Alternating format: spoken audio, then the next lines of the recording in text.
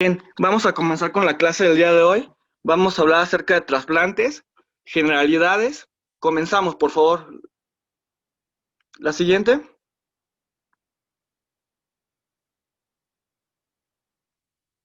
¿Cuáles son los objetivos de aprendizaje? Es principalmente conocer las generalidades de trasplantes, conocer los principales mecanismos del rechazo de trasplantes. El número 3 es conocer los principales fármacos inmunosupresores. Y por último, conocer generalidades de trasplante renal. Es muy importante los fármacos inmunosupresores porque en las preguntas del preconsejo venía mucho sobre su mecanismo de acción, cómo actúan y cuáles son los efectos secundarios. También es importante. Y pues en las preguntas que nos han hecho, ¿no? También las sobre cómo, qué tipo de rechazo, cuál es su mecanismo de cada uno. La siguiente, por favor.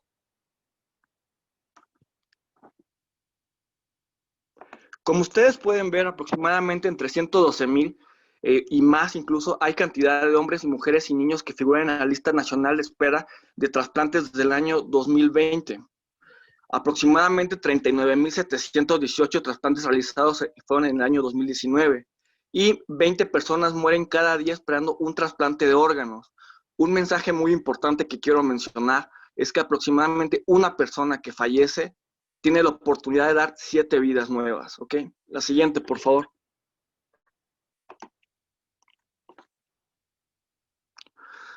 Un donante puede salvar 8 vidas. Una persona puede donar hasta 8 órganos que salvarán vidas.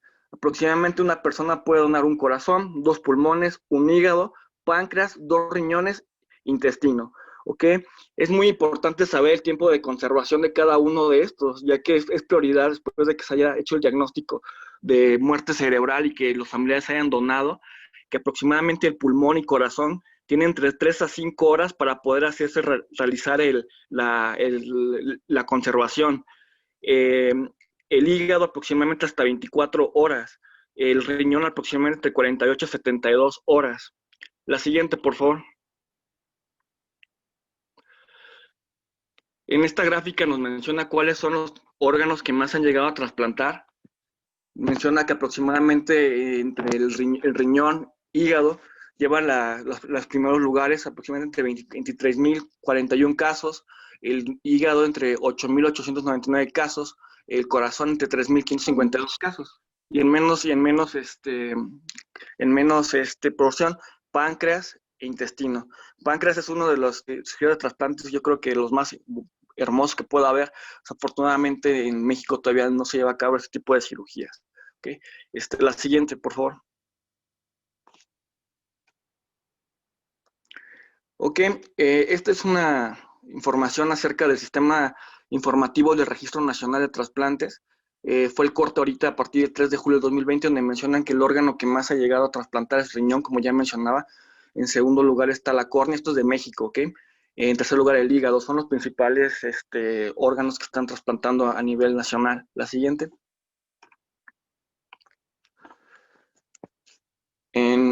En México, la institución que más está llevando trasplantes a nivel nacional es el Instituto Mexicano del Seguro Social, lleva la delantera.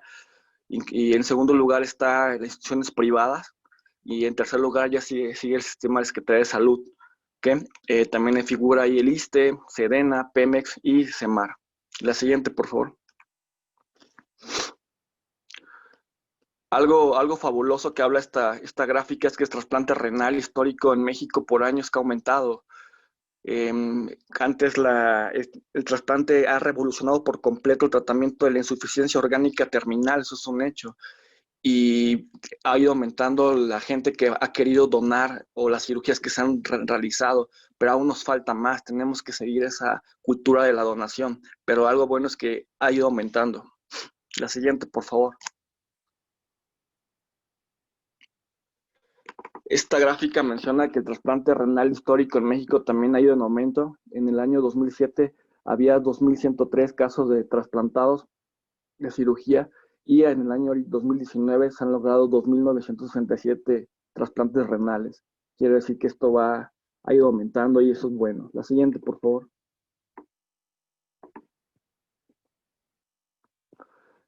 El trasplante renal total en el primer semestre del 2020, por entidad federativa, pues se puede mencionar que la Ciudad de México lleva la delantera. En segundo lugar lleva el estado de Jalisco. En tercero, Guanajuato. Guanajuato es uno de los estados que estuve investigando en la fuente del sistema de informática de registro. Es de los estados donde más está ahorita llevando mucho el proceso de trasplante, tanto de renal como trasplante de corazón. Realmente es uno de los estados que está implementando mucho la cultura de trasplante del estado de Guanajuato. La siguiente, por favor. Aproximadamente menciona, como ya lo había dicho, que el Instituto Mexicano del Seguro Social lleva la delantera hasta un 60% para trasplantes. La institución privada, principalmente hospitales grandes como Asociación de Hospital Ángeles, Hospital ABC, son de los centros que llevan la mayor cantidad de trasplantes a nivel privado. Posteriormente sigue también instituciones públicas donde figura, por supuesto, en estos el Hospital General de México, el Hospital Juárez de México, y ahorita vamos a mencionar incluso la gráfica de qué hospitales están realizando la mayor cantidad de trasplantes. La siguiente, por favor. También aquí menciona que el trasplante por institución igual sigue la delantera del Instituto Mexicano del Seguro Social, principalmente el Instituto La Raza. La Raza es el de los institutos que más están realizando trasplantes a nivel renal. La siguiente, por favor.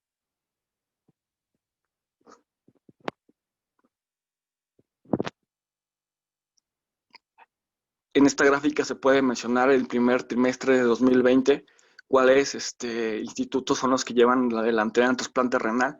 En primer lugar está la Unidad Médica de Alta Especialidad de Centro Médico Nacional Occidente Ignacio de la Garza, en Jalisco. En segundo lugar está el Hospital Nacional del Centro Médico en Ciudad de México. En tercer lugar, La Raza. En cuarto lugar se encuentra el Hospital Centro Médico Manuel Ávila Camacho en la ciudad de Puebla. Y en quinto lugar se encuentra el Centenario Hospital de Miguel Hidalgo, en Aguascalientes, ¿vale? La Secretaría de Salud. La siguiente.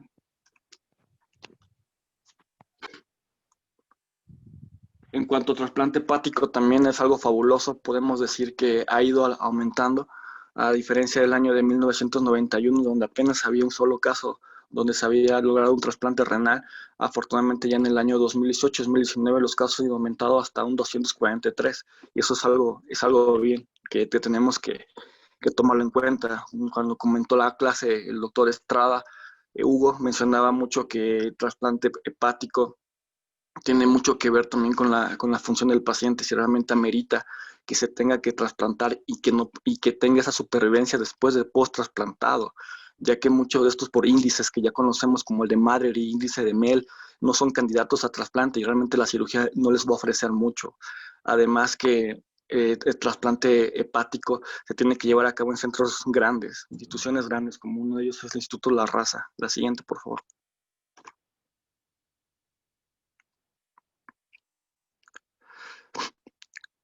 La siguiente.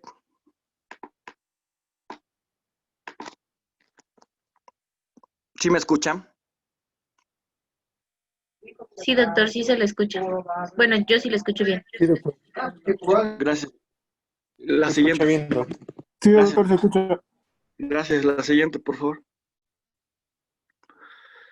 Podemos mencionar que en esta gráfica igual el Instituto Mexicano del Seguro Social lleva la delantera, donde el cual está realizando la mayor cantidad de trasplantes hepáticos. Posteriormente en la institución privada, también junto con la institución pública de Secretaría de Salud, van empatados. Realmente la institución privada está haciendo un papel muy importante en tanto en trasplante hepático. La siguiente, por favor. Como mencionaba la gráfica, el Instituto Mexicano del Seguro Social lleva la delantera, y fíjense cómo el instituto, la institución privada, llámese Ángeles, llámese ABS, Observatorio, son instituciones que realmente están llevando a cabo una gran cantidad de trasplantes. Aquí en la Ciudad de México, el Instituto Mexicano Salvador Subirán, en la Ciudad de México, es el que lleva ahorita la delantera. En trasplante renal, pero en trasplante hepático. En segundo lugar, el Centro Médico Nacional 20 de noviembre del ISSSTE. En tercer lugar está la Fundación Santos de la Garza Evia en Nuevo León, que es una institución privada. En cuarto lugar está el Centro Médico La Raza del IMSS. Y en quinto lugar, Operador Hospitales Ángeles. Como comentaba, la institución privada también está llevando un papel muy importante en trasplante hepático. La siguiente, por favor.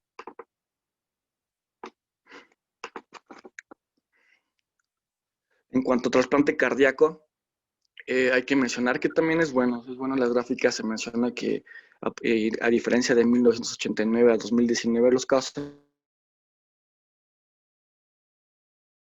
eh, de trasplante cardíaco han bajado un poco. Esto es porque ya lo había comentado que tanto el pulmón como el corazón es vital el tiempo, el vital en cuanto el paciente sabe el diagnóstico de muerte cerebral, que el paciente acepta que se va a llevar a cabo la donación.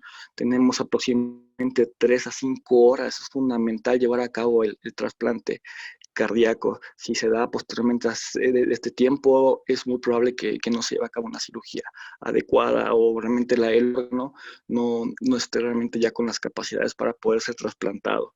¿Okay? A diferencia del hígado, que tenemos hasta 24 horas, como ya mencionaba, esto es también en el riñón 48 a 72 horas. Esto no lo digo yo, esto fue solamente lo que dice la bibliografía, lo que dice en la plática que dieron en enero del 2019, la cirugía de trasplante para el cirujano general. La siguiente, por favor.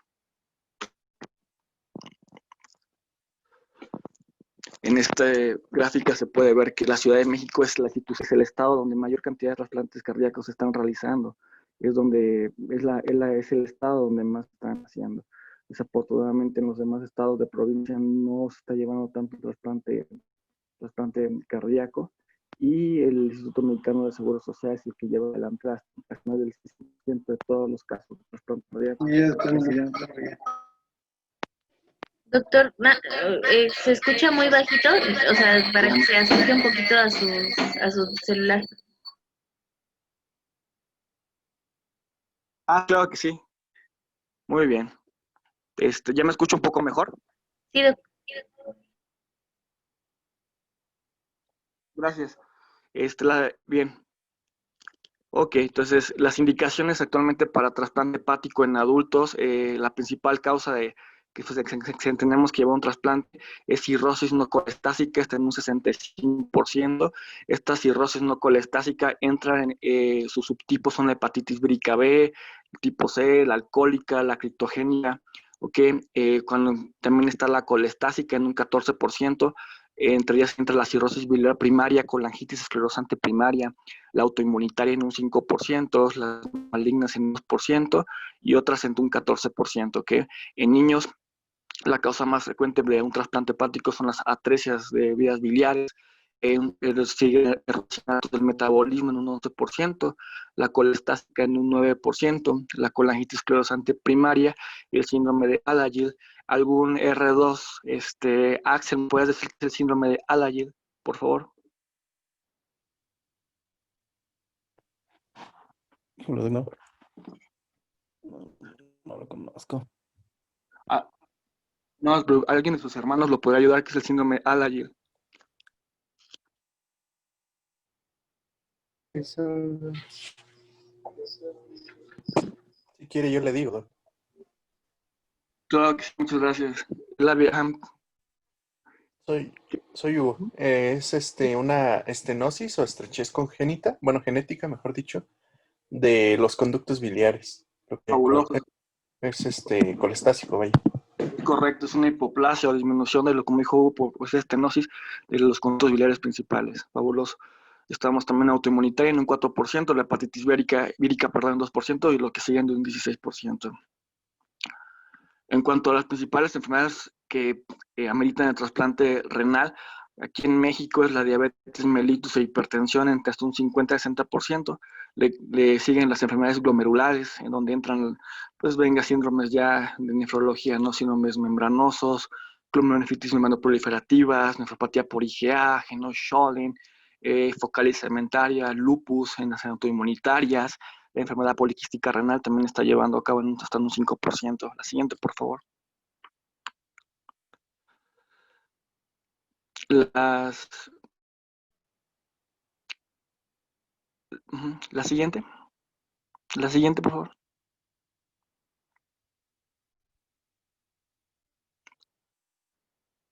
Gracias.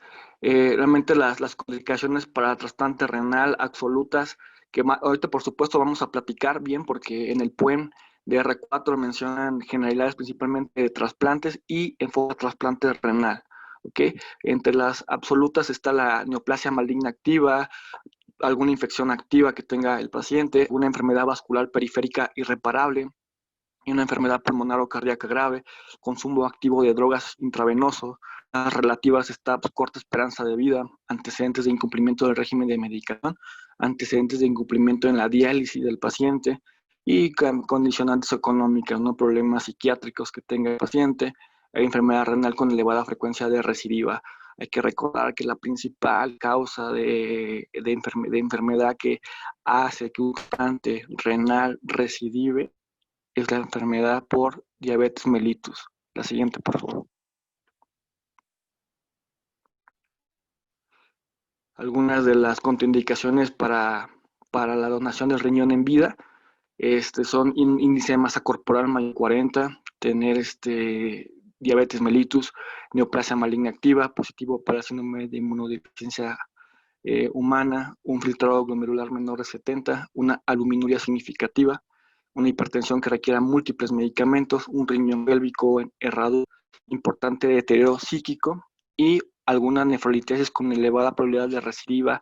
Entre ellas entran los cálculos por cistina y estrubita. La siguiente, por favor.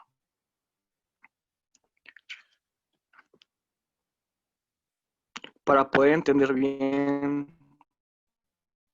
es muy importante conocer la inmunología de cómo está principalmente la línea celular de los linfocitos T. Es algo vital para poder entender adelante cómo se lleva a cabo los tipos de rechazo y cómo actúa la inmunosupresión, que es algo vital para que un trasplante renal tenga un éxito aparte de la cirugía.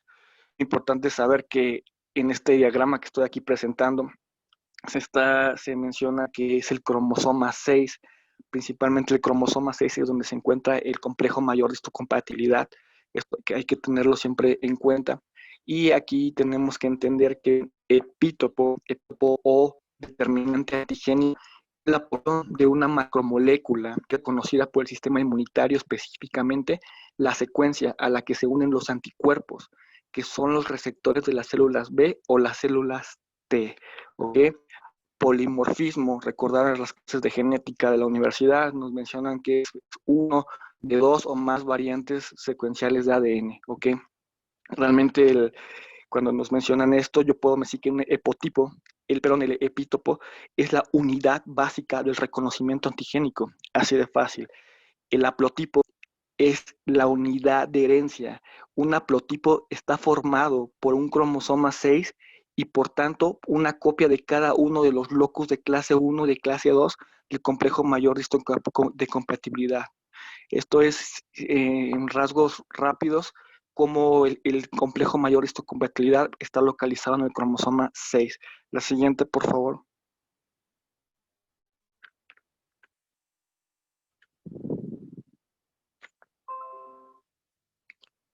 Bien, recordar que tenemos complejo de histocompatibilidad, puede haber incluso hasta tres clases de complejo de histocompatibilidad, pero las más relevantes son los complejos de histocompatibilidad tipo 1 y tipo 2. De manera de resumen, puedo mencionar que el complejo mayor de histocompatibilidad de clase 1 está presente en todas las células con núcleo. Por el contrario, las moléculas de clase 2 se encuentran casi exclusivamente en células asociadas al sistema inmunitario, es decir, macrófagos.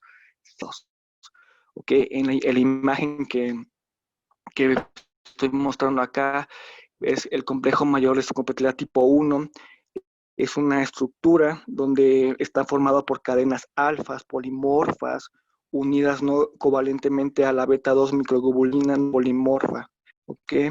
El diagrama B presenta el diagrama de cintas, muestra la estructura celular de una molécula de clase 1 con un péptido unido, ya que adelante vamos a mencionar, muy importante, cómo este complejo de histocompatibilidad tiene que ver con el rechazo, es decir, que esa secuencia celular de linfocitos T que está involucrado se una adecuadamente a su péptido, que sea su presentador de antígeno adecuado para que se pueda llevar una secuencia. ¿ok? En el complejo mayor de histocompatibilidad tipo 2, pues es una de las moléculas de clase 2. Puedo mencionar que están formadas por una cadena también alfa polimorfa, unida no covalentemente a una cadena B polimorfa, ¿ok? ¿Cuál es la importancia de todo esto? La importancia de todo esto es que en el caso de trasplante puede producir esta activación no solo cuando se identifica un péptido extraño, después del que el complejo mayor de histocompatibilidad se ha presentado por el antígeno, presentadora de antígenos, perdón, en este caso puede ser alguna célula dendrítica, sino que se produce con frecuencia cuando un linfocito T interactúa directamente con el complejo mayor de histocompatibilidad no propio. De ahí que la respuesta, perdón, esto se le denomina la respuesta directa, ¿ok? A la siguiente, por favor.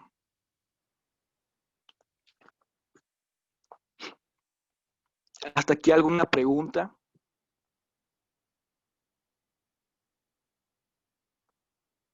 En el chat nada, Bien, doctor. este cuadro menciona sobre.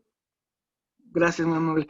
Este cuadro menciona el número de alelos de histocompatibilidad no compatibles. Pueden ver a su izquierda la supervivencia del injerto a los 5 años, el porcentaje, y abajo pueden ver el número de alelos del complejo que no son compatibles. ¿Qué quiero decir con esto? Es cuando esta influencia de la compatibilidad de los antígenos del complejo mayor de histocompatibilidad sobre la supervivencia del aloinjerto renal, la compatibilidad de los alelos entre el donante y el receptor aumentan significativamente la supervivencia del aloinjerto renal. ¿Ok? La siguiente, por favor.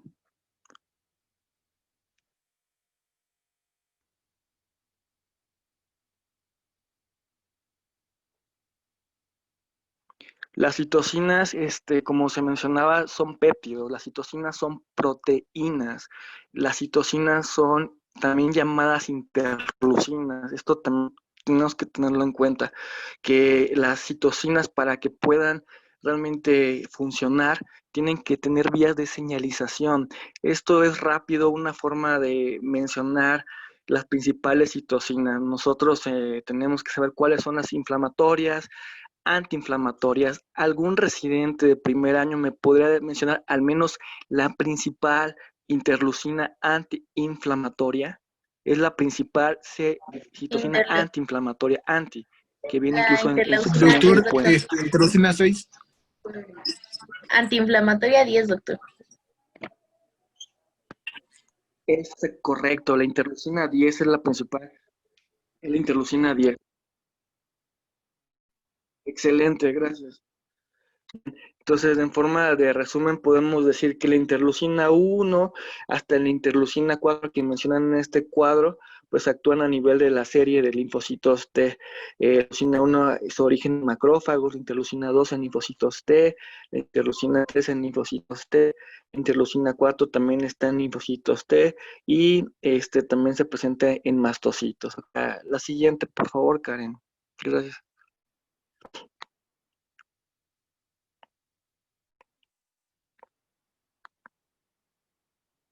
La siguiente.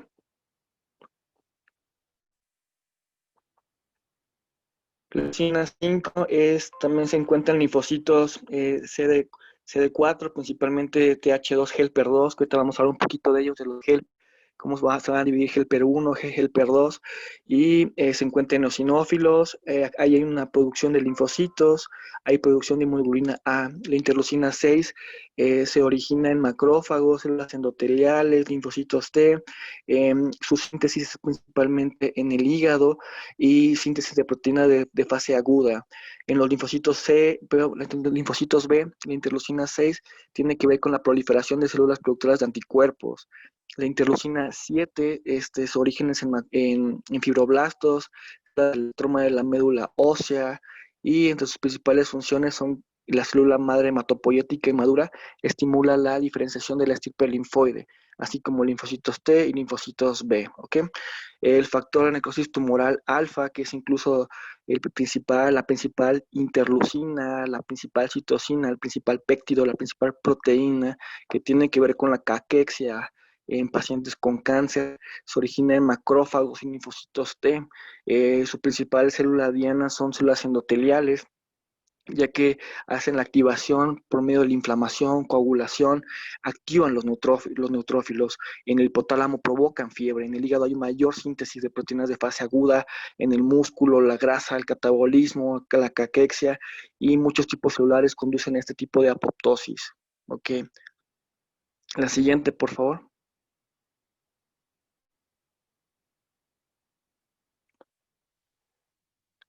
Bien, bueno, aquí en esta imagen es muy importante que puedan ver cómo se da esta selección en el timo. Esta serie celular de linfocitos T deben experimentar una selección positiva o negativa en el timo para transformarse finalmente en linfocitos T funcionales. Así de fácil.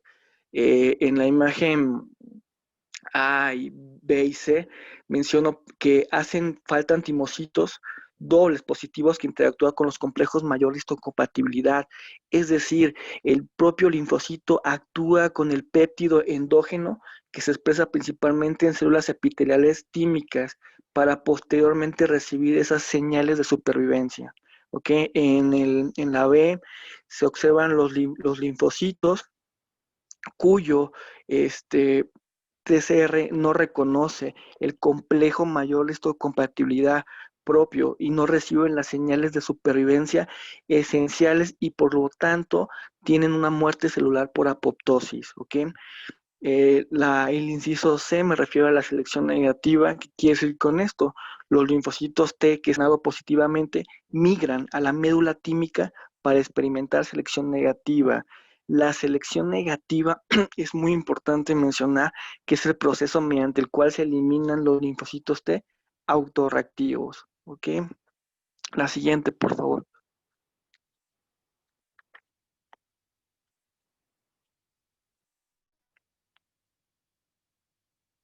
Sí, la siguiente.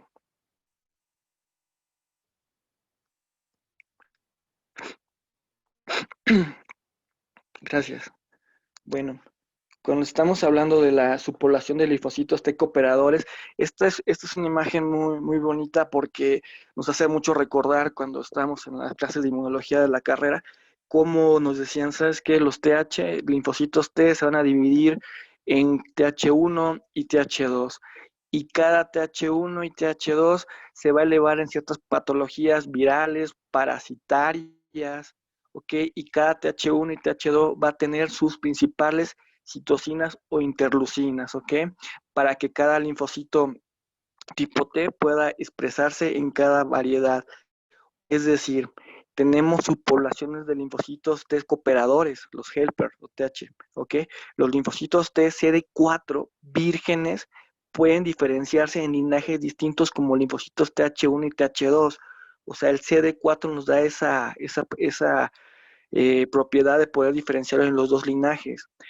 Los linfocitos TH1 producen interferón gamma que activa los macrófagos para que destruyan microorganismos intracelulares. Un ejemplo claro viene siendo las bacterias, los parásitos, ¿ok?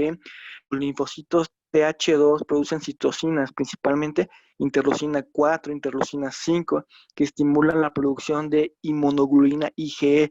¿Qué quiere decir con esto? Que los TH2 tienen mucho que ver con la reacción de hipersensibilidad, con reacciones de alergia, ¿okay?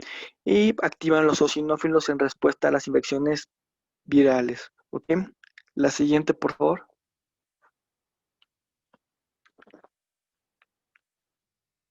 Bien. La siguiente.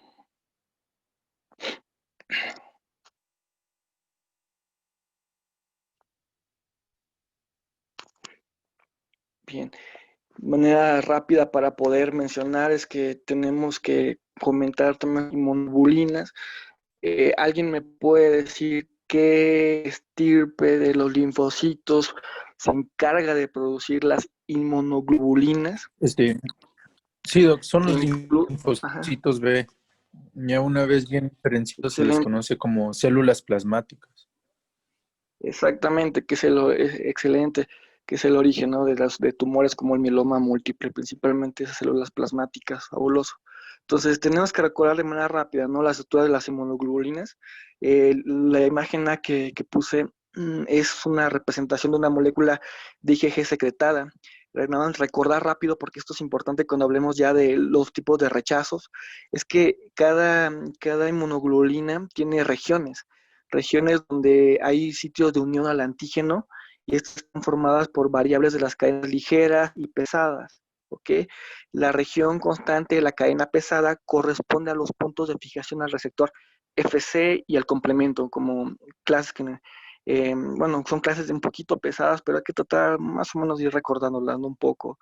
El inciso B menciona un diagrama esquemático de hemoglobina IgM unida a la membrana. La forma membranaria del anticuerpo tiene porciones C-terminales, estas membranas citoplasmáticas que anclan, pues, que puede decir que la molécula a la membrana plasmática. Doctor ¿Alguien Castillo. de ustedes me podría mencionar, por favor? Sí, es correcto. Ya vi lo que puso el doctor. Doctora Ok. Barrios, Estefanía, ¿me puede decir cuál es la inmunoglobulina más frecuente en las mucosas?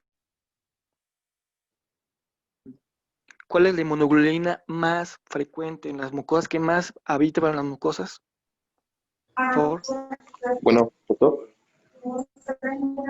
Hola. Ah, en, en las mucosas y en las secreciones es la inmunoglobulina A. Excelente, fabuloso, muy bien. Gracias.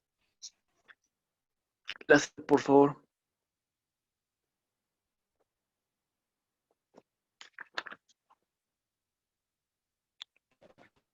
Sí, Esta como imagen es dijo, muy bueno, no se representativa. alcanza a escapar, es la inmunoglobulina. Ok, perfecto. Sí, Estefanía, muy amable. Gracias, la inmunoglobulina. Muy bien. Ok.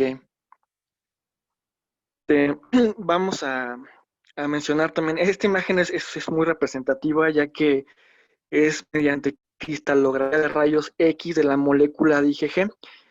Las cadenas pesadas están en color azul y rojo, y las cadenas ligeras están en color verde, y los carbohidratos se muestran en gris. ¿Ok? Es una imagen muy, muy bonita, más para recordar cómo está conformada las inmunoglobulinas. La siguiente, por favor.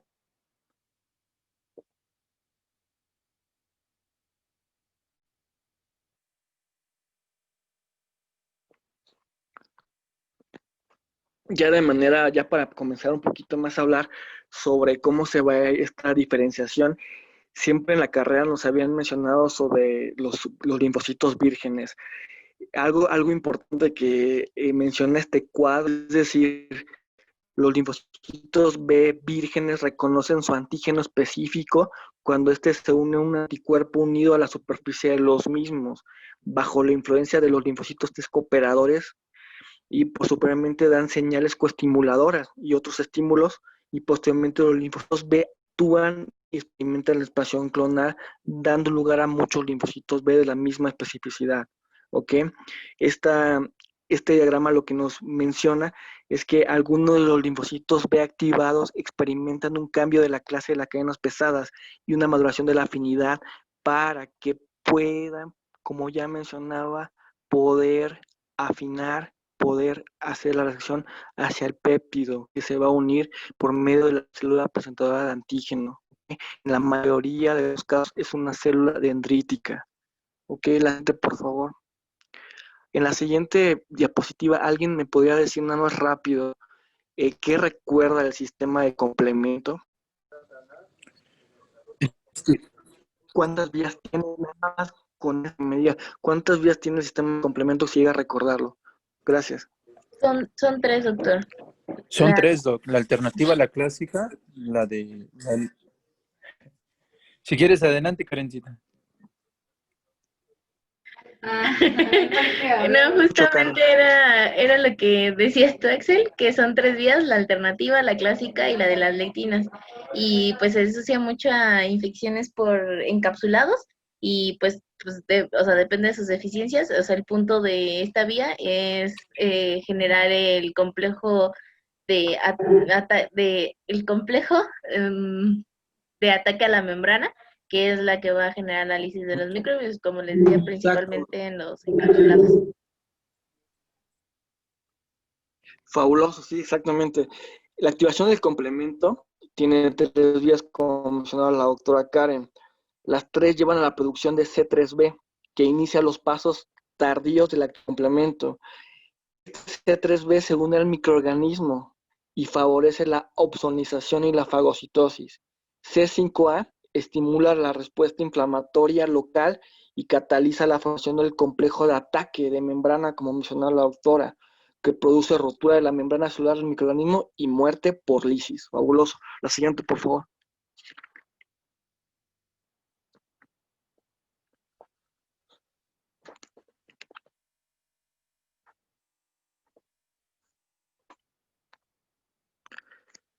¿Cuáles son los tipos de mecanismos de rechazo? Hay tres definiciones clásicas del rechazo que, ¿qué decir? Bueno, se basan no solo en el mediador predominante, sino también en el momento en la aparición del proceso. En este esquema se menciona principalmente el rechazo hiperagudo. De lo que recuerdo del rechazo hiperagudo, se da en un plazo de minutos a días después del trasplante, y lo más importante es que está mediado principalmente por anticuerpos preformados, ¿ok? En esta imagen A de un rechazo hiperagudo, se puede ver cómo los anticuerpos preformados reaccionan con los antígenos del donante en el endotelio ocular del injerto. La posterior activación del complemento causará trombosis intravascular rápidamente y necrosis del injerto. Hasta aquí, si nos llegan a preguntar de manera de examen o así, la causa más frecuente de un rechazo hiperagudo, hay que recordar que está por anticuerpos preformados, ¿ok? La siguiente imagen, por favor.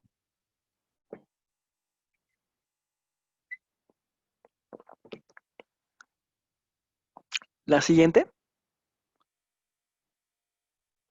En la imagen B hago mención al rechazo agudo.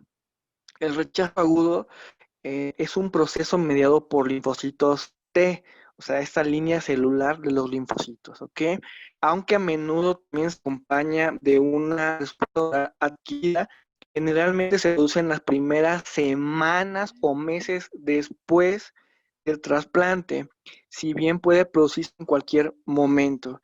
En esta imagen que pongo, menciono que el rechazo agudo está mediado principalmente por un infiltrado celular de linfocitos T que atacan a las células del donante en el parénquima del órgano y en ocasiones a los vasos o el endotelio del donante, fenómeno que se denomina rechazo vascular agudo. Pueden ver en la imagen cómo hay una inflamación bastante y daño al endotelio, llamado endotelitis, ¿ok? ¿Hasta aquí alguna duda en cuanto a rechazo hiperagudo y rechazo agudo?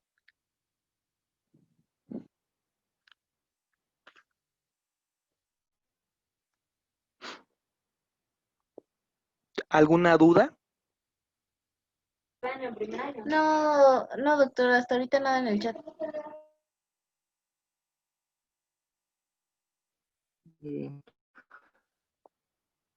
Román, sí, doctor Román, ¿me podría decir o tener una idea qué usted cree que rechazo crónico, que es la siguiente imagen, por favor, la imagen C? El rechazo crónico, ¿cuál crees usted, doctor, que sea la causa más frecuente de un rechazo crónico? La siguiente imagen, por favor, y esperemos que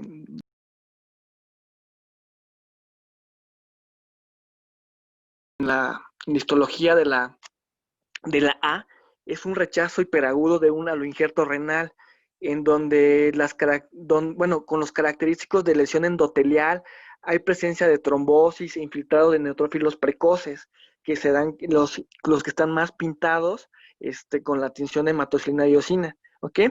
En la imagen B, no sé si se llega a ver adecuadamente, pero es un rechazo agudo del riñón. Hay células inflamatorias en el tejido conjuntivo y alrededor de los túbulos y entre las células epiteliales tubulares, ¿ok? En el inciso C es un rechazo agudo donde hay una reacción inflamatoria dentro de un vaso del injerto, lo que produce pues, la rotura endotelial o conocido como una endotelitis. Y en el inciso D es un rechazo crónico en un riñón trasplantado con aterosclerosis del injerto. Vean cómo pues, la luz vascular ha sido sustituida por células musculares lisas y una respuesta fibrótica, que lo que comentaba que es el proceso más frecuente en un rechazo crónico, la fibrosis, ¿ok? Más aunado lo que dijo la doctora Hernández, comorbilidades cardiovasculares, ¿no? Que también se pueden presentar porque es a largo plazo. La siguiente, por favor. Bien, miren, este cuadro no es por querer decir hay que entender los medicamentos, pero sí vienen preguntas en el consejo que hacen de este cuadro muy importante y saber cómo actúan principalmente.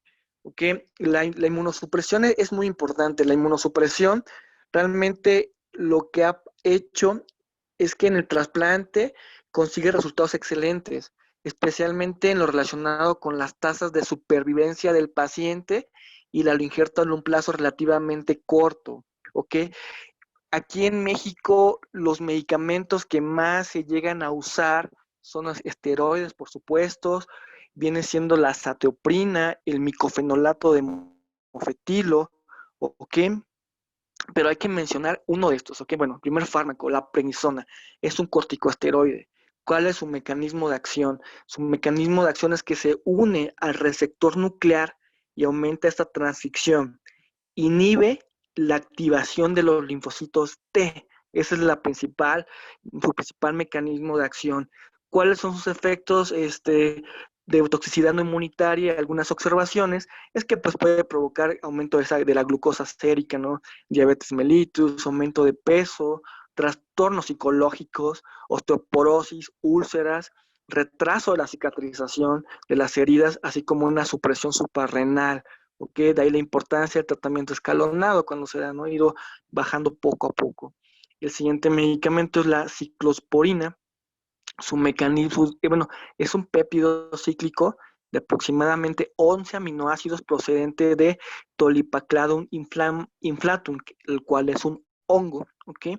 ¿Y cuál es su mecanismo de acción? Se une a la ciclofilina. El complejo inhibe la calcineurina fosfatasa y la activación de los linfocitos T, como ayer mencionaba el doctor Josué Caballero sobre la calcineurina, ¿no? Esa importancia sobre en la fisiopatología de la pancreatitis, el edema pulmonar. ¿Ok? ¿Cuáles son la toxicidad o observaciones que puede dar nefrotoxicidad, síndrome hemolítico urémico, alguna hipertensión, neurotoxicidad, alguna hiperplasia gingival, cambios cutáneos, hirsutismo, diabetes por trasplantes e hiperlipidemia? ¿Ok? El tacrolimus. El tacrolimus es un antibiótico macrólido procedente de Streptomyces succubalensis. Wow, ok. Este se une al complejo e inhibe la calcineurina fosfatasa y la activación de los linfocitos T. ¿Ok? ¿Cuáles son los efectos secundarios? Son muy parecidos a la ciclosporina. ¿Ok? El siguiente, pueden pasar a la siguiente, gracias. El sirolimus, o también conocido como rapamicina, es un antibiótico macrólido triénico procedente de Streptomyces hygrocopicus, de la isla de Pascua. No sé dónde queda la isla de Pascua, pero bueno, se une y dice que el complejo inhibe la diana de rapamicina y la proliferación de linfocitos T dependientes de interleucina 2. ¿Ok?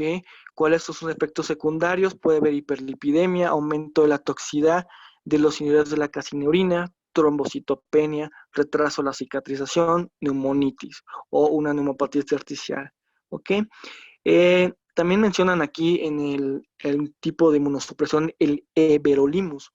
Es un derivado del sirolimus, mecanismo y efectos tóxicos similares. ¿Ok? Venga, hay que tomarlo en cuenta. El micofenolato de mofetilo es muy importante porque vamos a ver los esquemas que se usan más adelante, es de los que más usan aquí en México.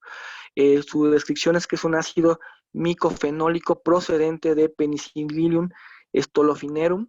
¿Y cuál es su mecanismo de acción? Es que inhibe o sea, son antiproliferativos este tipo de medicamento, porque inhibe la síntesis de nucleótidos de monofosfato de guanosina, y bloquea la síntesis de purinas e inhibe la proliferación de linfocitos T y B. Este medicamento nos lo preguntaron en el examen de preconcejo, cómo actuaba el micofenolato de mofetilo. ¿Okay? ¿Cuáles son los síntomas adversos? Puede haber síntomas digestivos, principalmente diarrea, neutropenia y alguna anemia leve.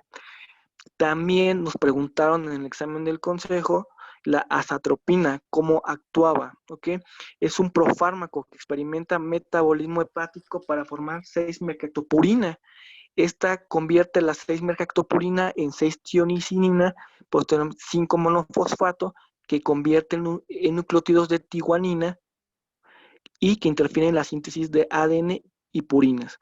¿Cuáles son efectos secundarios principales? Pues la leucopenia, la mielodepresión y hepatotoxicidad. ¿Okay? Vamos a irnos a la siguiente, por favor.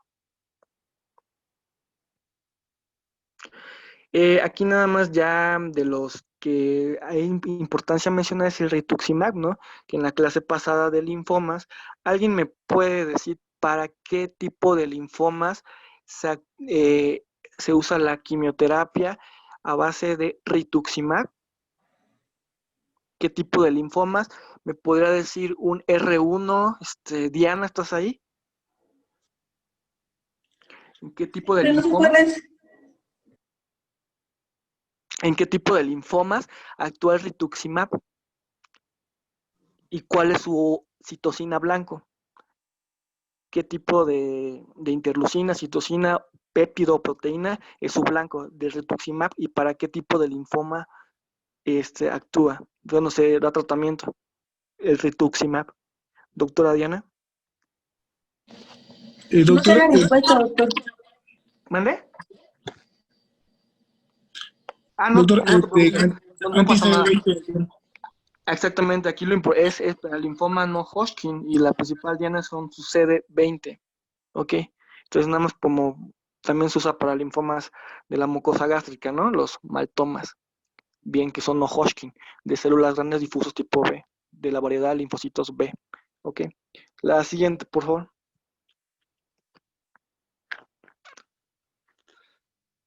Y estos son otros tipos, nada más para tomarlo en cuenta, el Bela-Cemp, el Bela-Tamcem es uno de los inmunosupresores que ahorita se está usando muchísimo en México para trasplante hepático, ¿ok? Con el doctor Cruz Santiago tuvimos una vez una plática y me comentaba que es de los medicamentos que ahorita se está usando mucho, el Bela-Cep, ¿ok? Este tipo de medicamento pues es un homólogo de alta afinidad de CTL4IG y se une a CD80, CD86, se impide la coestimulación mediada por CD28, ¿ok? Es uno nada más para mencionarlo. ¿Hasta aquí alguna pregunta? No, doctor. Bueno, entonces pasamos a la siguiente, por favor. Esta imagen está muy demostrativa porque menciona cómo se dan estos mecanismos moleculares de la inmunodepresión. Los inmunosupresores pueden ser moléculas pequeñas, anticuerpos o proteínas de fusión que bloquean diversas vías fundamentalmente para la activación de los linfocitos T, y nunca me voy a dejar de cansar de decir que son los linfocitos T, son las líneas celulares donde va a actuar este tipo de inmunosupresión, ¿ok? La unión a esto facilita la actividad sinásica de algunas interleucinas, como puede ser CD3, CD4, CD8, ¿ok? Las moléculas coestimuladoras, llámese CD28, CD154, en fin, y otras que van a determinar que posteriormente esta señalización se dé la potencia relativa de estas señales, ¿ok? La transducción de señales continúa por una vía dependiente de la calcineurina, lo que da lugar a la desfosforilación, ¿ok? Que posteriormente entra al núcleo y actúa de manera concertada con los factores para facilitar la expresión de los genes de las citocinas. Eso es importante, ¿ok?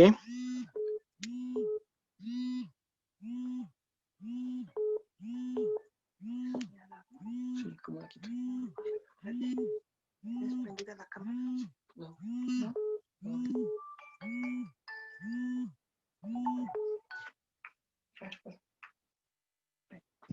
¿Sí me escucha? Sí escucha, doctor, pero hay un poco de interferencia. Sí. A ver, ya vamos a... ¿Cuáles pueden ser las complicaciones de una inmunosupresión? Es importante mencionarlas, ¿ok? Principalmente está el riesgo de infección. Hay un delicado equilibrio entre la inmunodepresión suficiente para prevenir el rechazo y el mantenimiento de la respuesta del huésped. Este riesgo de infección proceden del donante, como en el caso de órganos positivos, pues en este puede ser citomegalovirus implantado en un receptor negativo para el citomegalovirus, o también pueden deberse a microorganismos que se transfieran con menos frecuencia, lo que causa infecciones primarias como el virus de inmunodeficiencia humana, hepatitis C, hepatitis B, tuberculosis, Trypanosoma cruzi, virus del Nilo del Occidental, o algún virus de la coriomeningitis linfocítica o rabia. Había un virus que incluso salió en publicaciones que se veía secundaria, un rechazo agudo, era el virus BK. El virus BK era uno de los virus que realmente se estaba viendo que actuaba, bueno, que tenía mucho que ver con el rechazo. Esto se vio mucho en la revista de nefrología, el virus BK, ¿ok? El riesgo de neoplasia maligna es que mencionar que la consecuencia de la inmunosupresión es un aumento de la incidencia de neoplasias malignas de casi hasta 10 veces. Los cánceres cutáneos, particularmente los epiteliomas, son las neoplasias malignas más frecuentes en los receptores de un trasplante y son responsables de una morbilidad y una mortalidad elevada. ¿Ok? Entre los efectos adversos no inmunitarios, podemos mencionar que aunque los inmunodepresores actuales son cada vez más específicos, en general siguen actuando sobre vías que tienen una función importante en sistemas distintos a la inmunidad.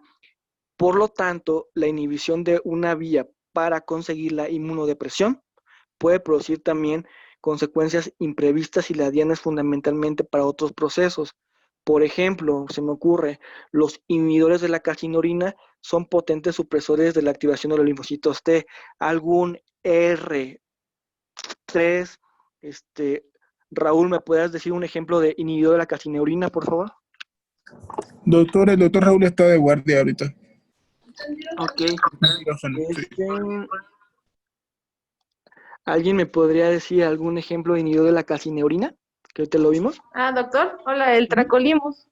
Excelente, muy bien, sí, tacrolimus. Fabuloso. La siguiente, por favor. Como último tema del POEM de R4, el tema es trasplantes, generalidades y trasplante renal, generalidades. Ya vimos la clase pasada, principalmente algunas generalidades de trasplante.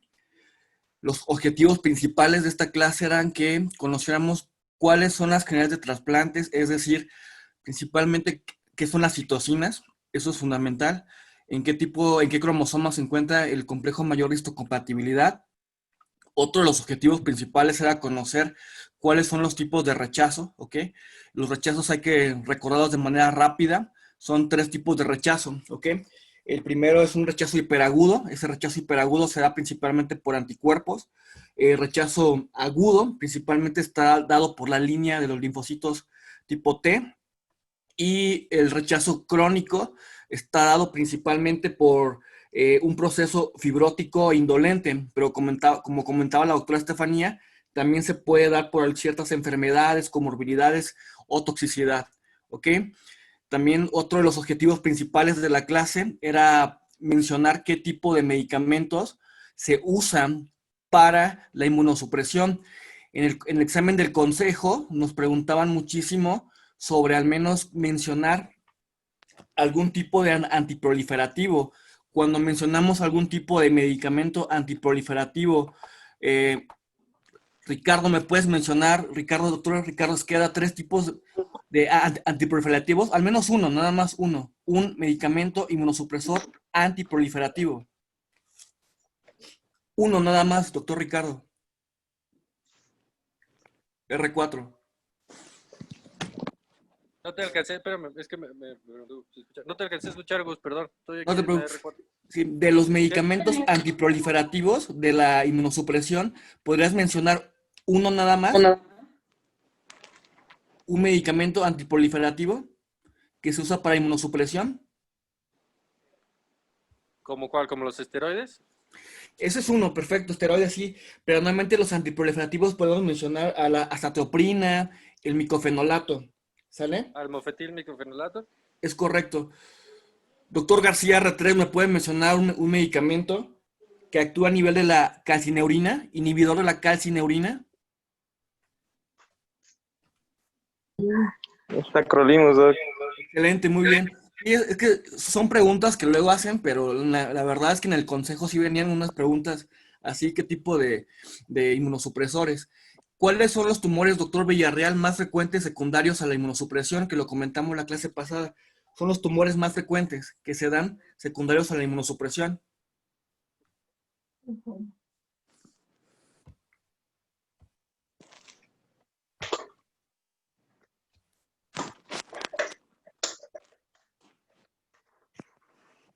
Son los epiteliomas, ¿sale? Los epiteliomas son los más frecuentes, ¿ok? De aquí alguna pregunta más o menos de tratamiento de generalidades de trasplante para que podamos continuar con trasplante renal, generalidades. No, doctora, hasta ahorita Bien. ninguna. Bueno, el trasplante renal ofrece a los pacientes mejores resultados a lo largo del plazo de la diálisis. Eso es completamente significativo. La calidad de vida mejora y se estima que la supervivencia es de 10 años superior a la que se registra si el paciente permanece en diálisis. Esta tabla se menciona principalmente cuáles son las contraindicaciones para el trasplante renal. Entre las absolutas está principalmente la neoplasia maligna activa, la infección activa, alguna enfermedad vascular periférica irreparable, alguna enfermedad pulmonar o cardíaca grave, el consumo activo de drogas intravenosas. En las contraindicaciones relativas se encuentra la corta esperanza de vida, antecedentes de incumplimiento del régimen de medicación, algún antecedente de incumplimiento en la diálisis, condiciones económicas, problemas psiquiátricos o alguna enfermedad renal con elevada frecuencia de recidiva. Hasta antes de los años de 1990, la causa más frecuente de trasplante era las glomerulonefritis. En adelante de los 90, la causa más frecuente son problemas de diabetes mellitus. La siguiente.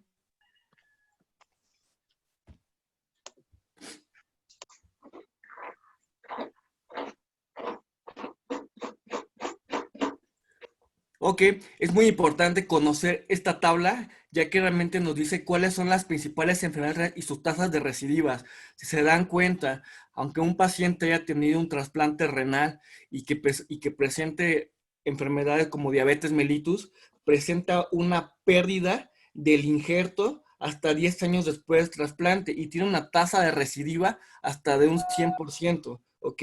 Cuando hablamos de glomerulonefritis en general, estamos hablando de una tasa de recidiva de un 20 a 30%, ¿ok? La única enfermedad que se ha visto que le va mucho mejor con el trasplante renal y que no hay riesgo como tal es la enfermedad poliquística renal, ¿ok? Pero si nos llegan a preguntar cuál es la causa más frecuente de una tasa de recidiva de un trasplante renal, es la diabetes mellitus, así de fácil. La siguiente, por favor.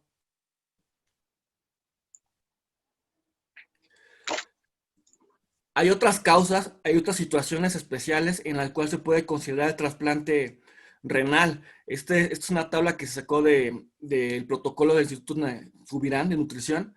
Menciona que puede ser la hiperoxaluria primaria, ¿ok? Alguna enfermedad de Fabry, alguna enfermedad antimembrana basal glomerular, esclerodermia, vasculitis, amiloidosis.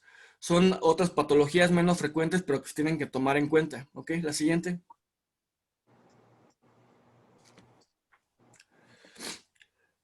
Algunas de las contraindicaciones para la donación del riñón normalmente son índice de masa corporal mayor de 40, la diabetes mellitus, la neoplasia maligna activa, que sea positivos para VIH, un filtrado glomerular menor de 70, albuminuria significativa, alguna hipertensión que requiera múltiples medicamentos, un riñón pélvico en herradura, importante deterioro psíquico y alguna nefrolitesis con elevada probabilidad de recidiva, principalmente los litos de cistina y estrubita. ¿Ok?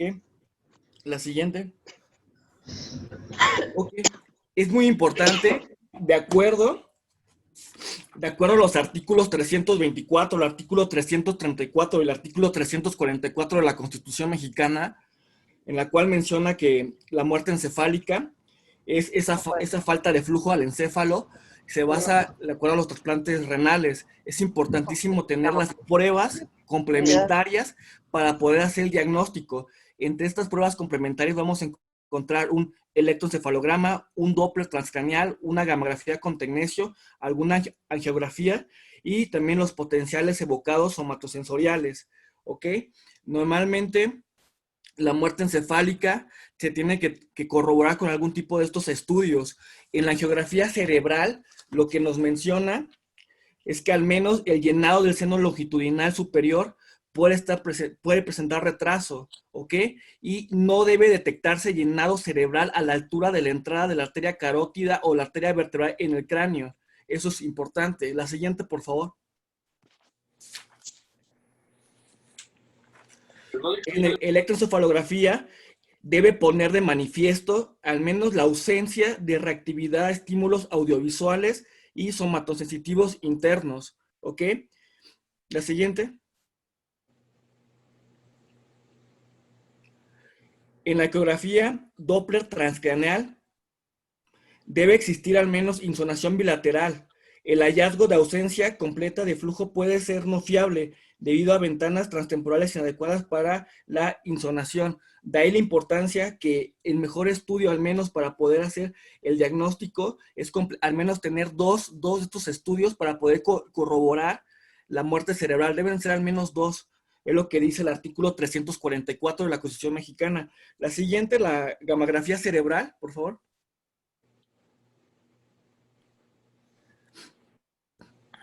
También es una de las pruebas que se puede tomar en cuenta. Y muy importante tomar en cuenta los donantes de alto riesgo. Eso es importante porque tenemos que tomar criterios de exclusión en cuanto a comportamiento y antecedentes.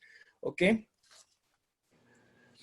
¿Estos quiénes son? Son hombres que han mantenido relaciones sexuales con otros hombres en los últimos 5 años. ¿Ok? Personas que refieren inyecciones intravenosas o intramusculares no médicas o consumo de drogas por inyecciones en los últimos 5 años. Personas con patología hematológica como hemofilia o trastornos de coagulación relacionados que se han administrado concentrados de factores de coagulación de origen humano. Mujeres y hombres que han mantenido relaciones sexuales a cambio de dinero o drogas en los últimos 5 años. Personas que han mantenido relaciones sexuales en los últimos 12 meses con alguna de las personas descritas en los puntos 1 o 4 que ya mencioné, o personas con infección conocida o sospechada por VIH, ¿ok?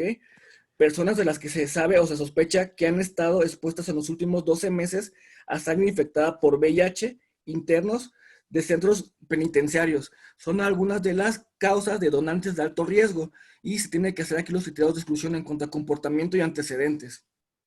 La siguiente. Dentro de las contraindicaciones absolutas para poder hacer la donación de donadores vivos se encuentra hipertensión arterial, diabetes mellitus, proteinuria, alguna tasa de filtración glomerular anormal para la edad, la obesidad, índice de masa corporal arriba de 30, alguna infección crónica activa como tuberculosis, hepatitis B, parasitosis, así como cardiopatías, y entre condiciones relativas está la edad menor de 18 años o mayor de 70 años y sobrepeso mayor de índice de masa corporal 27. ¿Ok? La siguiente. También hay que tomar en cuenta si nuestro paciente candidato para donador tiene algún tipo de patología maligna como neoplasia. Se dan cuenta el tiempo al menos de un cáncer vesical para tener el mínimo de espera debe ser de 2 años, de un cáncer de mama al menos 5 años, ¿ok? Y dependiendo del estadio, por ejemplo, la lesión in situ nos pide 2 años, un estadio 3 o 4, se contraindica con tratamiento hormonal, ¿ok? Cuando tenemos un cáncer colorectal, tenemos que esperar al menos unos 5 años, ¿ok?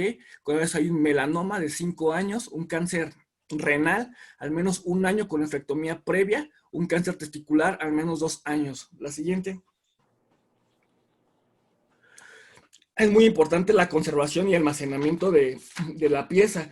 Hay que recordar que al menos el corazón y el pulmón tenemos entre 3 a 5 horas para poder hacer la preservación y posteriormente la cirugía. El páncreas aproximadamente es entre 2 a 24 horas. El hígado hasta 24 horas. El riñón tenemos un periodo hasta de 48 a 72 horas, ¿ok? Una vez obtenidos los riñones, han de ser transportados a los correspondientes centros de trasplantes. El objetivo de la conservación es alargar el periodo de viabilidad de cierto órgano. La solución de almacenamiento que mayor se usa en el mundo para su conservación es la solución a base de Viespan.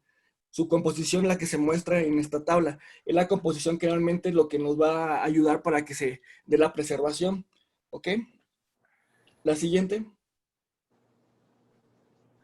En cuanto a la técnica quirúrgica y la técnica abierta, tenemos que mencionar que en la técnica laparoscópica, el abordaje del riñón izquierdo o derecho puede realizarse por vía laparoscópica. En sentido, la anatomía del riñón izquierdo es generalmente más favorable, ya que la vena renal hay que recordar que es un poco más larga, ¿ok?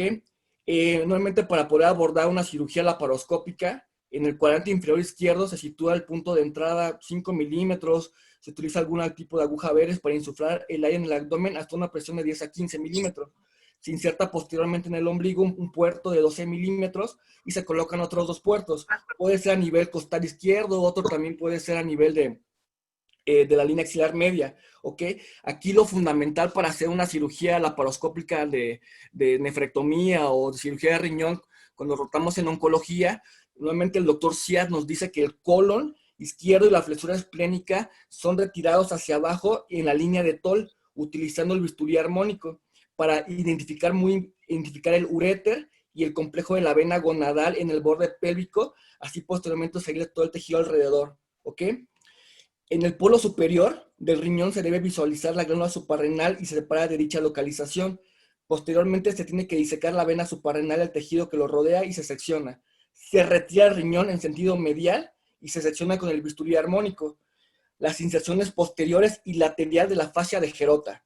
Muy bien. Para poder retirar la pieza, normalmente lo que hacen, he visto en oncología, nunca entraron en ninguna cirugía de trasplante renal, pero es una incisión tipo Pfannenstiel, ¿ok? Para retirar la pieza.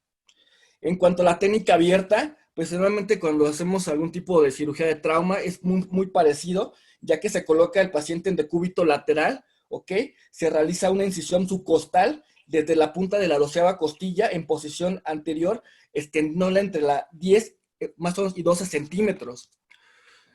Se secciona asimismo los músculos oblicuos externos e internos, comenzando por el borde posterior, quedando expuesto el espacio retroperitoneal y se identifica la fascia de Gerota. A veces es necesario seccionar la 12ª costilla para permitir mejor exposición, ¿ok? Es muy importante que a continuación se incida sobre la fascia de Gerota y como en la cirugía laparoscópica, importantísimo identificar el uréter y se diseca hacia abajo hasta los vasos ilíacos, punto en el cual se pinza y se secciona preservando una longitud apropiada para el posterior trasplante. ¿Ok? La siguiente. ¿Cuáles son las complicaciones quirúrgicas posoperatorias más importantes? Uno de ellos es la hemorragia. Si el riñón se implanta en el espacio retroperitoneal y no se crea ninguna ventana a la cavidad peritoneal, la hemorragia en este caso sí puede ser limitada, pero es una de las consecuencias que se puede dar. Debido a la comprensión del parénquima renal, a veces los pacientes presentan hipertensión, ¿ok? Y muchos pacientes siguen una medicación con betabloqueantes, de modo que la taquicardia es un signo poco fiable. Entonces, ante un paciente con algún tipo de trasplante renal que empiece con datos principalmente de ansiedad, alteración del estado neurológico, y hay que sospechar algún tipo de sangrado de tubo digestivo. En estos casos, una ecografía puede ser útil cuando es de carácter urgente la presentación y que no lo impida. ¿Ok? La siguiente. Otra de las complicaciones que puede haber también es la trombosis venosa. La trombosis venosa se registra en un porcentaje de casos comprendidos entre el 0.5 al 4% y suele presentarse en la primera semana después de la intervención. ¿Ok? La trombosis arterial es una complicación infrecuente que se registra en menos del 1%. El paciente puede sufrir inturrección súbita de la diuresis y es posible que después del trasplante no presente disminución de los niveles de betaglobulina, ¿ok? Lo cual puede ser un aviso del problema. Otra de las complicaciones es la estenosis arterial. La estenosis de la arteria renal es una complicación tardía. La incidencia varía entre 1 al 23%, ¿ok? Y dentro de las complicaciones urológicas, hay que recordar que la irrigación sanguínea del urétero procede de diversas fuentes, entre ellas la arteria gonadal, la vesicular, superior e inferior y las arterias ilíacas común y hipogástrica. Durante la extracción del riñón del donante es importante no lesionar el tejido periureteral en el llamado triángulo de oro. Es la área anatómica delimitada por la arteria renal en el polo inferior del riñón y el uréter. Es muy importante. La siguiente. Entre los factores de riesgo también que el paciente puede condicionar una enfermedad cardiovascular, pues es la edad arriba de 55 años, 45 años en mujeres, un electrocardiograma basal que tenga alguna normalidad, tabaquismo crónico, la diálisis mayor de 2 años. Se menciona que pacientes que tienen diálisis ya crónica es un factor muy importante para que vuelva un rechazo renal o falla al trasplante, el tiempo de evolución de diálisis, ¿ok? La siguiente. Esta supervivencia del injerto renal a años nos menciona lo del donante, un donante fallecido, un donante vivo. Menciona que la tasa de supervivencia al año, 5 y 10 años, es realmente parecido de un donante fallecido a un donante vivo. Realmente no es superior, por lo cual un donante fallecido o un donante vivo pueden ser ambos candidatos para un trasplante renal.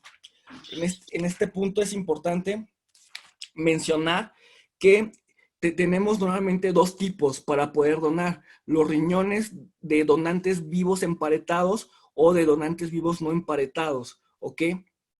De aquí en esto hay que mencionar que también están los riñones, bueno, los donantes fallecidos se clasifican en 3 amplias categorías. Una, según criterios ampliados, criterios estándar y donantes después de muerte cardíaca, ¿ok? Normalmente los riñones de criterios ampliados son aquellos pacientes que tienen una edad entre 50 y 59 años, que responden al menos al criterio de muerte cerebral, causa de muerte, una creatinina terminal superior a 1.5 o antecedente de hipertensión, ¿ok? Cuando hacemos la selección de donantes, es importante basarnos en criterios. Hay un criterio normalmente del Consejo de Wisconsin, que es la herramienta de predicción de la proyección hacia la muerte cardíaca, pero eso es cuando tenemos para donar un donante con paro cardíaco. Normalmente para poder hacer el diagnóstico de muerte cerebral tenemos que tener 2 de los estudios que ya habíamos mencionado anteriormente. Pero en la gráfica que estoy mencionando aquí no hay un porcentaje elevado acerca del tipo de donantes. Ambos pueden donar y la tasa de supervivencia a los 10 años viene siendo casi la misma. La siguiente.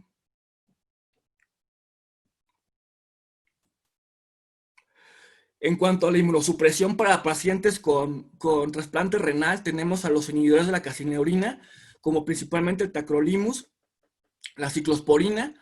También tenemos los antiproliferativos como el micofenolato sódico o la azatioprina, ¿ok? Y los inhibidores del blanco como la rapamicina, como el sirolimus y el everolimus, así como los esteroides, es la prednisona. El esquema que más se usa actualmente para trasplante renal es el esquema de tacrolimus, micofenolato y prednisona. Es el esquema que más se usa para poder posteriormente trasplante renal. La siguiente.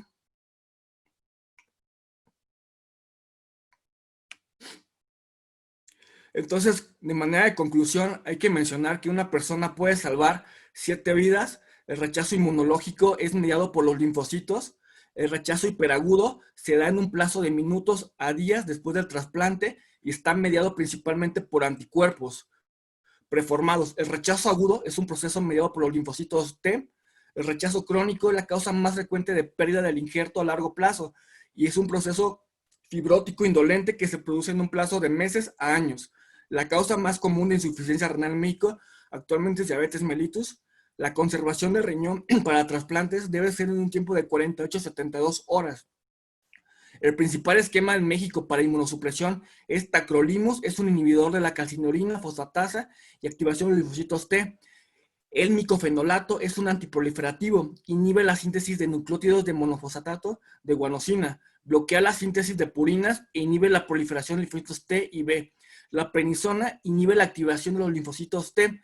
La zatoprina es un antiproliferativo, es un profármaco que experimenta metabolito hepático para formar 6-metractopurina y 6-tiosinina y 5-monofosfato, que se convierten en nucleótidos de tiguanina que interfieren con la síntesis de ADN y adenosina.